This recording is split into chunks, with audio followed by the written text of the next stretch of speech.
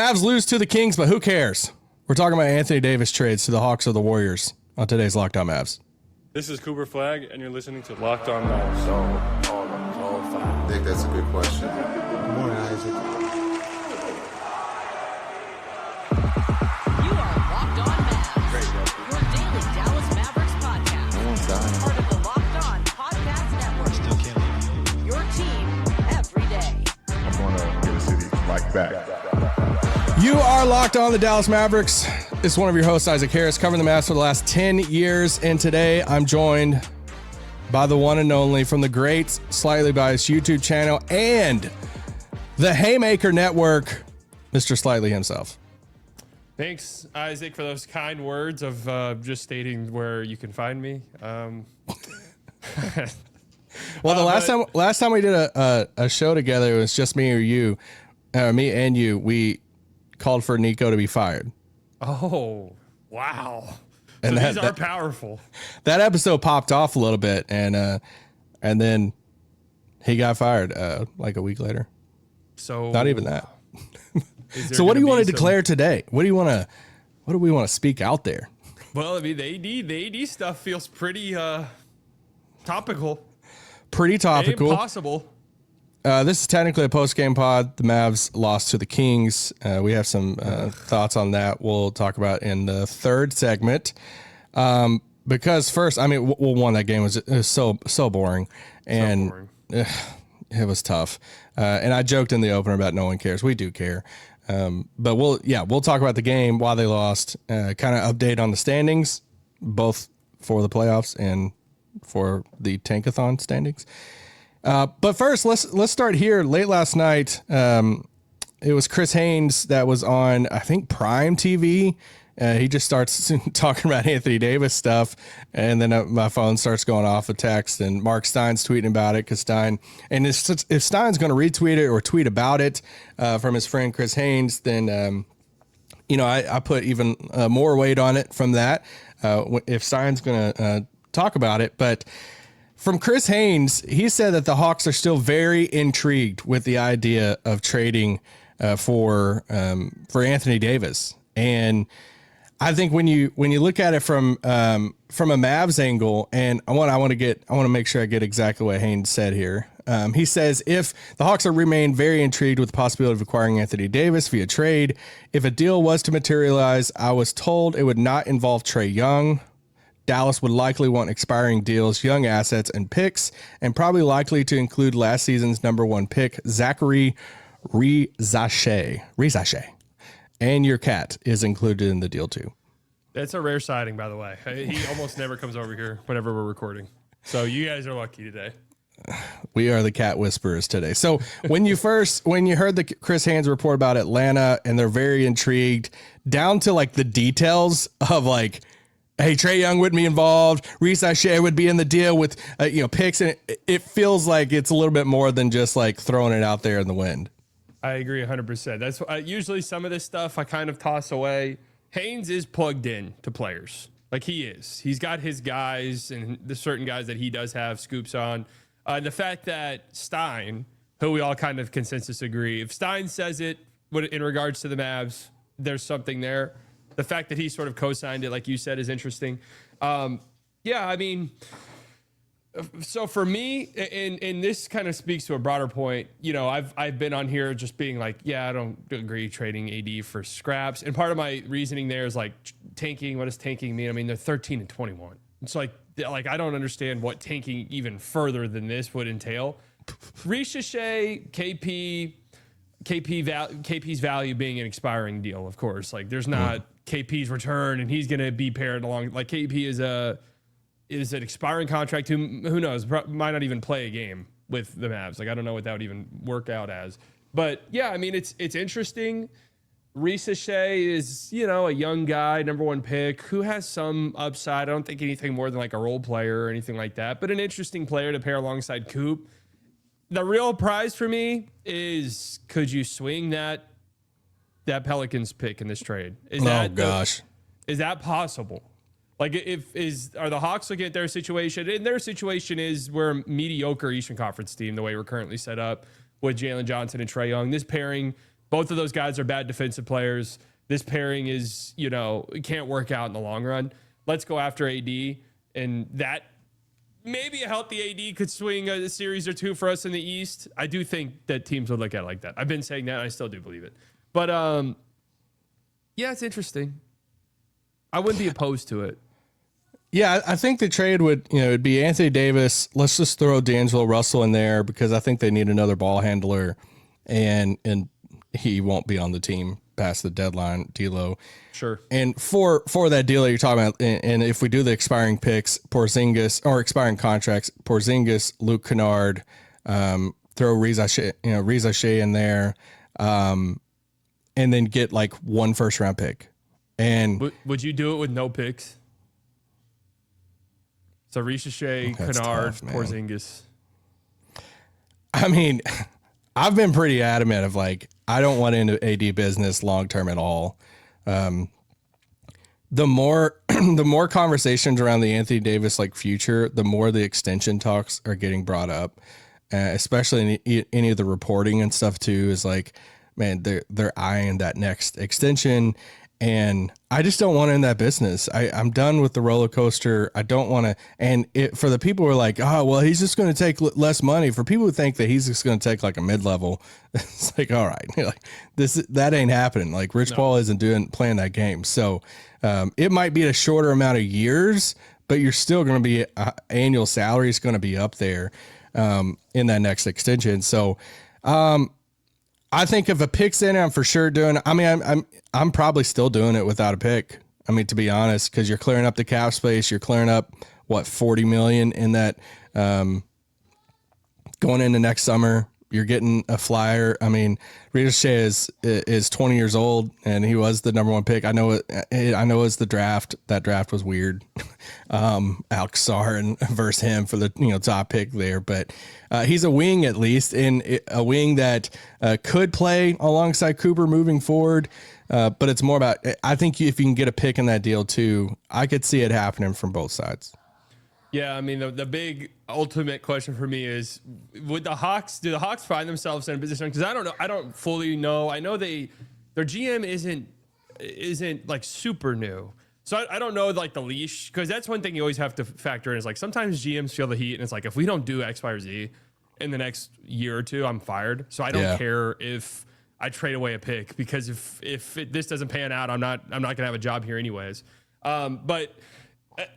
Yeah, for me, if you could swing that Pelicans pick, and it's Pelicans or Bucks, I think it's a unbelievably great and valuable asset. My gut feeling would be there's no way the Hawks would include that pick in this trade. Surely not. No, I don't see how that would make sense for them at all, unless they really do feel like, you know what, if Tre's not in this trade, Tre, Jalen Johnson, AD can play our 5. We don't care if he doesn't want to. He'll play it here. We're not Nico Harrison. We haven't made this promise to him. So we could have a lineup where it's like Tre, we can just go defense, Tre, Dyson Daniels, Nickeil Alexander-Walker, Jalen Johnson, AD. Like, that's not a bad team, really. No. That's a respectable group out there in the Eastern Conference. So maybe. But yeah, I think if they just include another pick, even if it's not great, KP Reza Shea Kennard is interesting because it does a lot of different things for you.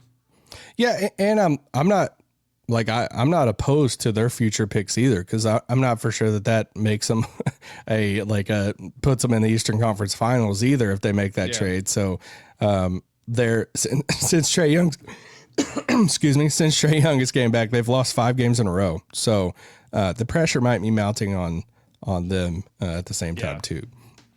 Let's take a quick break, and then we'll come back. We'll keep talking about Anthony Davis, and I want to ask slightly about the Warriors because Chris Haynes threw out the Warriors kind of randomly in there. This podcast is brought to you by our friends over at DoorDash. The season is heating up, and DoorDash has a way to keep fans in their bag the whole way through. Whether you're watching the highlights, the tunnel fits, and just your favorite player, DoorDash makes the entire season more fun because every player has their bag. With DoorDash, fans have one too. DoorDash keeps your snacks stocked, your gear fresh, guys, DoorDash is more than just food. You can get a lot of stuff delivered on DoorDash. It's kind of random, but kind of cool. And your watch party vibes absolutely on point. Those late night interviews hit and suddenly you need chips at midnight. DoorDash is built exactly for that. From tip off to overtime, stay in your bag and order DoorDash. Get snacks, drinks, gear, whatever gets you through the season, delivered right to your door. DoorDash in your bag all season long. Shut it down! Let's go home! All right, Slightly. We're post loss to the Kings, and I kind of want the last 2 hours of my life back. But just watching the Kings without Sabonis, Levine, Keegan Murray, the Mavs without Lively, Kyrie, AD, Brandon Williams. It's like, all right, Cooper versus Russell Westbrook, yay! Yeah. And 0 points or 0 made field goals for the first half from Coop. 4 total shots in the first half from Coop.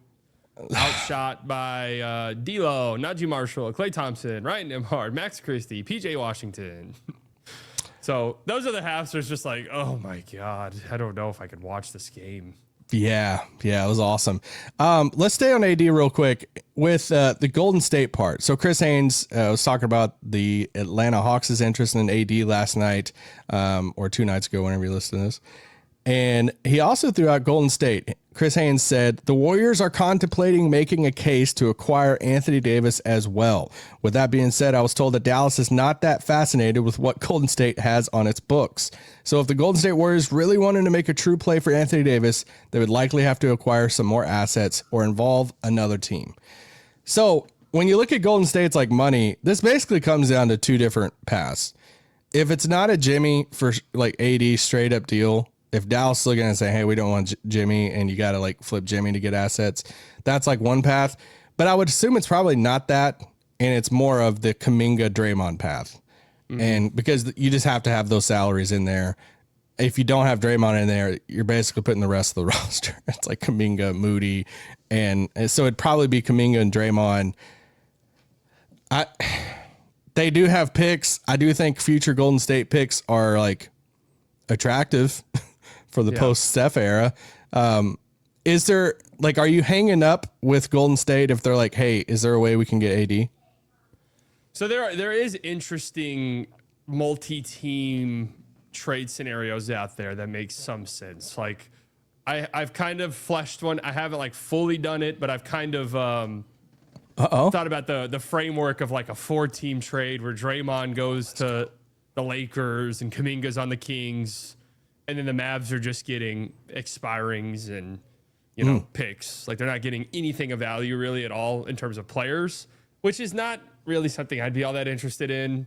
I don't want Kuminga at all. I know you are very anti-Kuminga. I mean, the guy doesn't play for the Warriors. Like the Warriors desperately need people, and he doesn't. The Warriors need young athletes, and Kuminga's a young athlete, and he does not play for them. Steve Kerr's like, no. Pass. I'm so out on these guys. I don't want anything to do with him. I don't want anything to do with paying him. The Mavs, obviously, in this scenario, would have no need for Draymond, really. And beyond that, would Draymond, what would that be like? Maybe there's some fun Draymond and Klay reuniting stuff, but like, would Draymond be super happy about being here?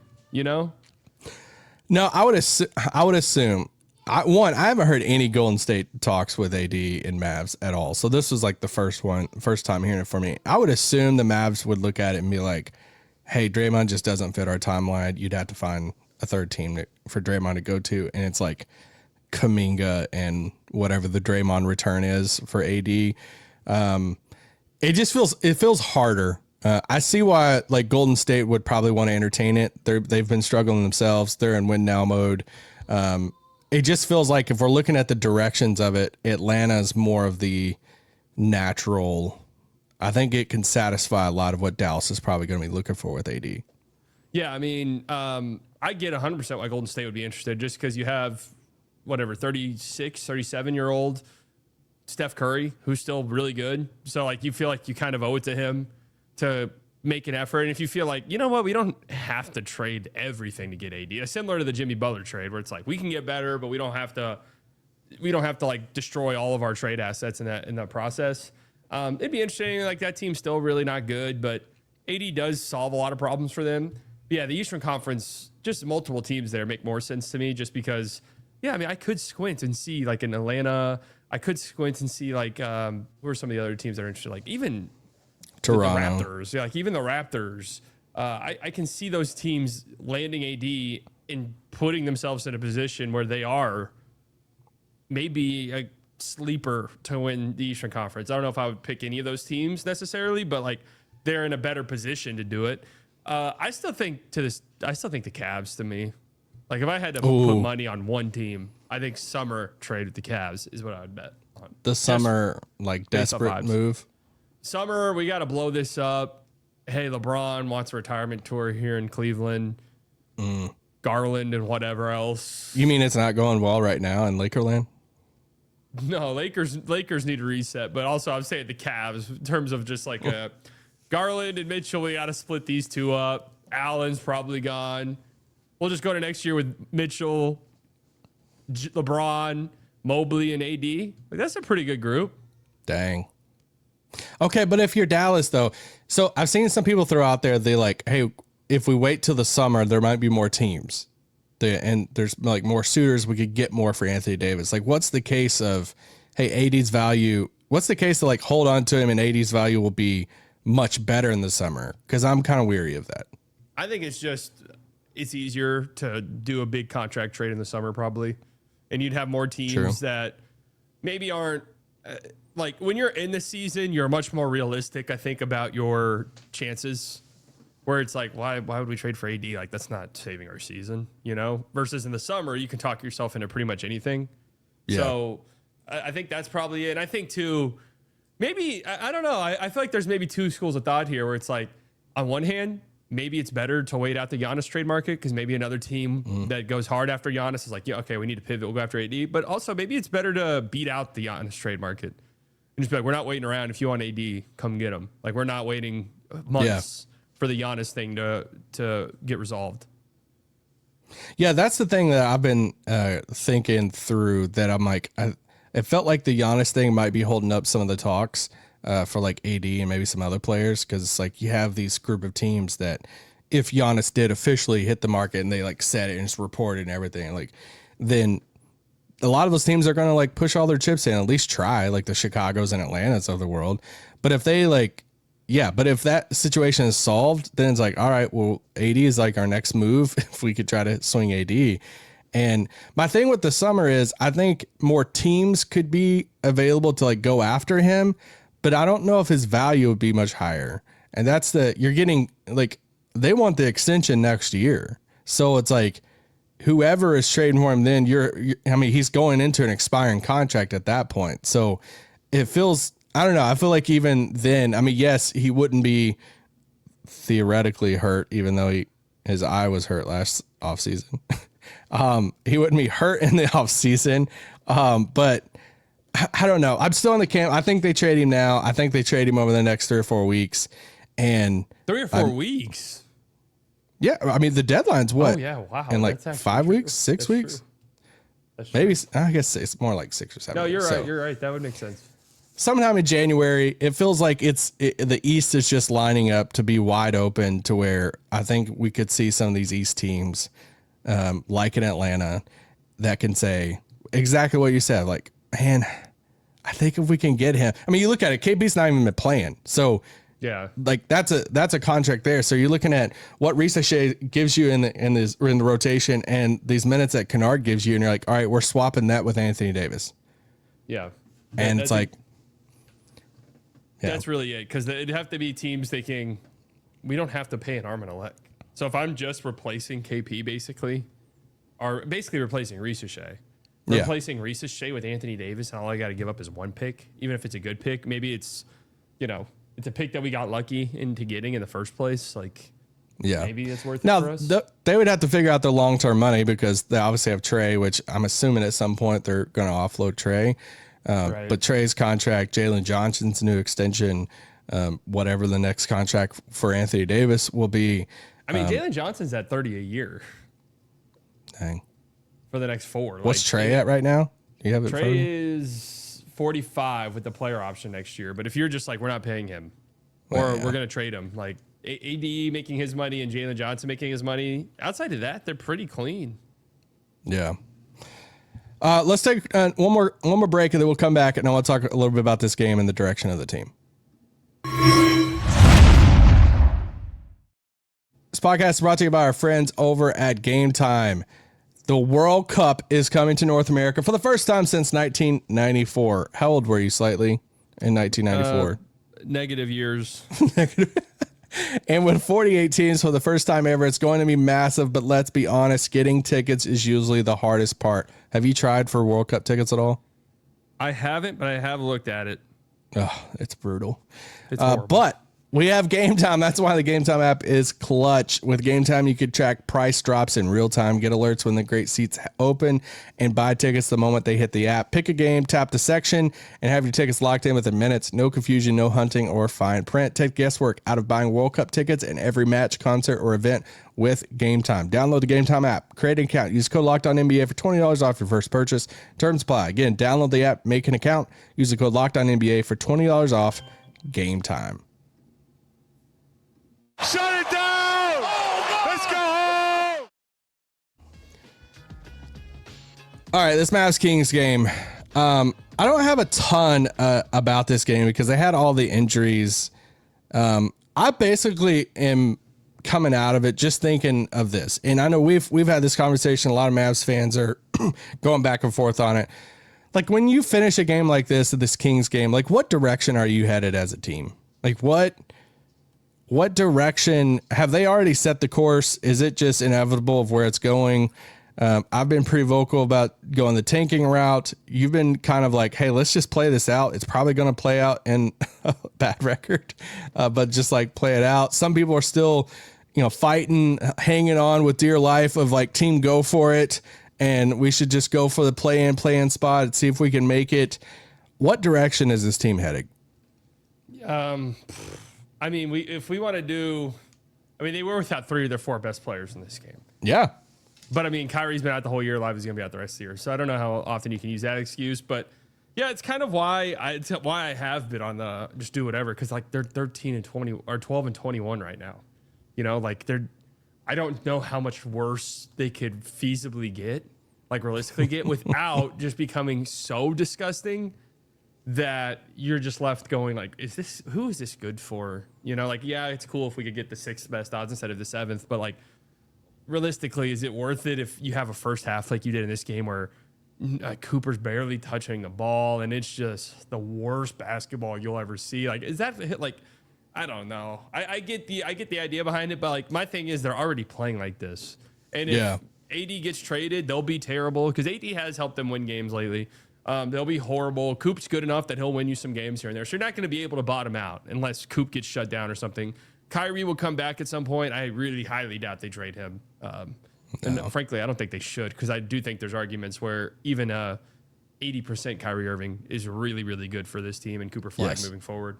So I don't even agree with trading him at all to begin with. But like that duo there was good enough to win you games. I think they'll just play it out. And I highly doubt they might make the play-in tournament. I really doubt they make the playoffs. So I'm assuming they'll be a lottery team again. And it's just a Cooper Flagg developmental year, really.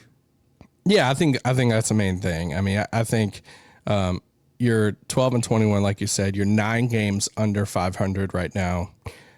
You're 8.5 games back from the 6th seed. That's a ton. That's a ton with standings. Well, not only that, but you're behind 5 teams. Yeah, and but here's the other side of it too. If you want to say back, or I guess up or above, you're 2.5 games back from the 5th best odds in the draft lottery. So, you start looking at some of those teams, especially the 3 teams beneath you in the Western Conference right now: the Clippers, Kings, and Pelicans. And the Clippers and Pelicans have no reason to suck. They don't have their pick at all. So Clippers have been playing better of late. Pelicans too. But if those teams try, they're going to be trying basically all year because they have no reason. And then the Kings just beat you. So, it could be like a race to the bottom of the West between like Dallas, Sacramento. Utah has a top 8 protected pick. So like Utah definitely going to want to try to get down there. They'll tank. Yeah, they'll tank this thing out. So I'm in the camp of, hey, you trade AD, this is your one shot. Let's go get this. Just improve the odds, develop Cooper. You get a guy like Ricochet in there, and it's like, all right, let's play him a lot of minutes with Cooper and see what that looks like and see if he can develop some stuff. In this game, 2 things for Sacramento. Well, one, Tony Brothers, man, he was probably the MVP tonight. Was he the ref? I thought it was Brendan Schwab. No, Brothers was in there. Dude, Tony Brothers had a couple, like his animated. Tony Brothers not a crew chief? I don't know. But Brothers is in there. I mean, he made this charge call, and dude, he loved every bit of it, and loved it. Can we get Malik Monk on a like a better team? You think? It's like just get him on a better team. He came off their bench, and I'm like, with all the people out for them, and he's still not starting, and I'm like, dang, you just won 6th Man of the Year, and like I forgot you're on this team. I know. I feel like he's kind of had a weird year, though. It is a weird year. Did you know Doug McDermott was still in the league? I knew he was on this Kings team. Honestly, I hadn't watched a Kings game in a while. I knew he was on this team, but I was surprised to hear that was his 3rd game of the season. Because I forgot what game it was, but I watched the game he played. So in the back of my mind, I thought, yeah, he's out there a good amount. 3rd game. 3rd game. The Spanish dude. I mean, dude, Reynald, like French. French. Yeah, my bad. Because Raphael going into this draft, dude, Raphael Barlow was the highest on this kid, and he just hyped this guy up so much, and so it made me like go watch it. And I'm like, all right, he's got nice touch. Played at Stanford, and I was like, dude, yeah, he's a fun prospect. Probably not as high on him as Raphael was. You saw this game; he was just better than Gafford. Like, yeah, it's just better touch. I thought he out hustled him at times. I thought Russ and Keon Ellis out hustled most of the Mavs. A lot of. He's freezing up on us. I'll expand on Isaac's point as he's lagging out here. But yeah, Maxime right now, yeah, he's got good touch for a rookie, big, kind of a rare thing to have, but he's got some seriously good touch. Just to talk about this game a little bit more while I wait for Isaac to return. Yeah, I mean, this was a boring basketball game. I mentioned it earlier. Cooper Flagg had 4 total shots in the first half, and it was his worst half, maybe of the whole season. He was 0-4, 2 points, had 4 turnovers, I believe. Yeah, 4 turnovers. Mavs turnover problems are just killers for this team. They give up so many points off turnovers, and it really sunk the game for them. But Coop had this burst in the 3rd quarter, which was absolutely nuts. He finished the second half of this game with 21, 5, and 2 on 7 of 9 shooting, which is a pretty good stat line by itself. So the fact that he was able to bounce back, and again, this little burst, this like 5-minute burst he had in the 3rd quarter, where he put up 15 points on 5 of 6, hitting a couple of threes. I'm sorry, 3 threes. He went 3 of 3 from 3 in that stretch, which was nice to see.